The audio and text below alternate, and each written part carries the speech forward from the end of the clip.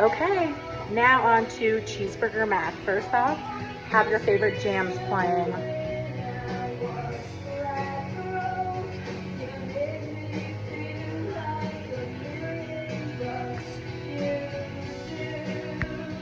Step one, 1 pound of burger. I just started, so just 1 pound of, I always do 80-20, just a little bit less fat, but get it chopped up. If you get it from the butcher or Aliana's husband, it won't have as much fat as like the store-bought ones. But get it all browned up, okay? I have it on medium-high heat, like a 7 or 8 on the stove, and let it cook up. Now when we get to this point, you can see it's just a little bit pink. We want to drain off the grease. So just take a cover of another pan and strain out the water. Okay, Dad's going to show you how. It's important to always have water running because you don't want grease to mess up your sink. Dad just puts a cover over and you just kind of pour it out. But again, you want to make sure that you get that grease down there. But then in addition, you want to run that water afterwards to clean out your sink. Even put a little maybe Dawn dish soap down so it just clears it up for you. Okay, now we turn it back over. You can see there's no really grease left in there. We're going to take just one packet of taco seasoning. I always go with Old El Paso. 1 packet, pour it in there. Now this is where you would either use, you can use tomatoes, but you know, our kids and you don't really like that, so I always use a can of tomato soup. Great way to get some extra nutrients in for the kids. Me and Dad always have the Rotel on the side because I like a little spice, but if you're making it kid friendly, then 1 whole soup container into there. Okay, so this is what we have so far. You have the ground beef, you have the taco seasoning, and you have the tomato soup all in 1 pan. Now it calls for, the normal recipe calls for only 1 cup of the elbow macaroni to 2 cups of beef broth. I like to use a lot more than just 1 cup because we eat more than that. So I always do the whole box. So I just kind of make equal parts. So for example. Okay, so 1 cup. Ooh, pop this open properly. So roughly 1 cup. And then take your beef broth. And then 2 cups of beef broth. Okay. So roughly that much, 2 cups. And then I keep doing that until the box is gone. So normally I get 2 containers of this just so I have extra in case I want it a little bit if it gets too thick or whatever it may be. So 2nd cup. So this is 2 cups of noodles now. And 4 cups of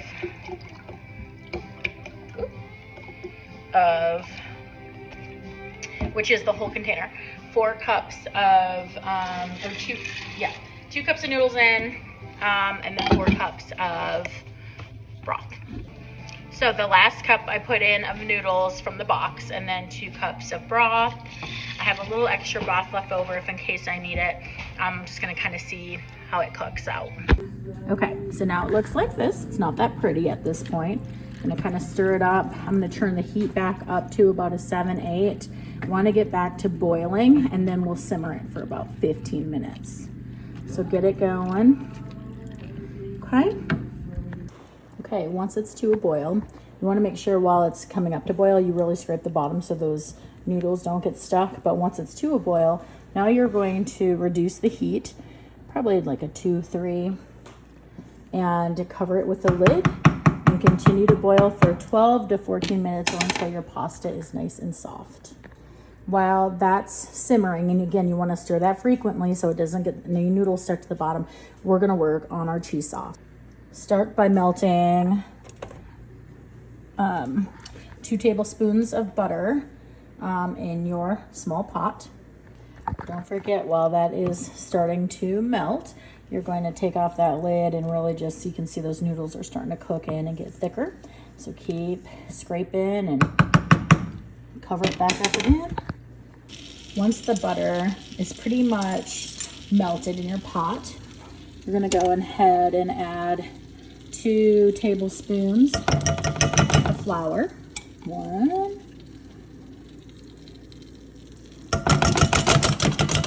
2 tablespoons of flour. Now the key to this is you want to whisk this for 2 to 3 minutes and until that becomes fragrant or light brown. You'll see the colors start changing here in a minute. You just want to kind of keep mixing that up so you don't get big chunks. Okay, I'm doing it with my opposite hand so I can record for you. So I'm struggling here, the show's real. Put all of that in there just for a couple minutes. Don't want to burn it, so make sure it's not too hot. If it starts getting pretty thick, then it's almost time to start adding in the milk. Okay, when we get to this point, it's been a couple minutes, it's starting to get light brown, it's starting to smell fragrant, you can smell that. You want to go ahead and whisk in 3/4 cup milk, which I had already measured. Now it's important when you do this step, you go slow, a little bit at a time. Okay, see how much I still have left in my 3/4 cup? Whisk that in, get that thicker. You'll see it's going to start to thicken. You want to whisk it really nice and good. See how it's starting to get thick already? Perfect. Next, add some more milk. I added just a little bit more in. Let it get thickened. Stir, stir, stir. Now finish adding the rest of the milk in and bring it to a boil. Once it's at a boil, we're going to pull it off the heat here in a bit. So get it all mixed in nice and good like that. Okay, it's nice and thick. Right when it's starting to boil like that, that's when we're gonna pull it off of the heat. So pull it off the heat. There's no heat on it. We're gonna add 1 cup of cheese. Now this is already my pre-hand shredded cheddar cheese, but you can use baked cheese too, just use 1 cup. Okay, so I like to add a little extra cheese, so I put already some in there. And then 1 full cup right into it. And then take your spoon or spatula, and I kind of bring it back to the heat now that's been turned off and mix it in all and let it all melt in and look ooey gooey like this. Okay, now it's all mixed in, all melted, and it's still off. I already also preheated the oven for some garlic bread, of course. The only last thing I'm going to add to my cheese sauce is about a 1/2 teaspoon of salt and a 1/4 teaspoon of pepper. So you can either measure it if you want to be exact or just kind of go with it. You can see I've added mine in.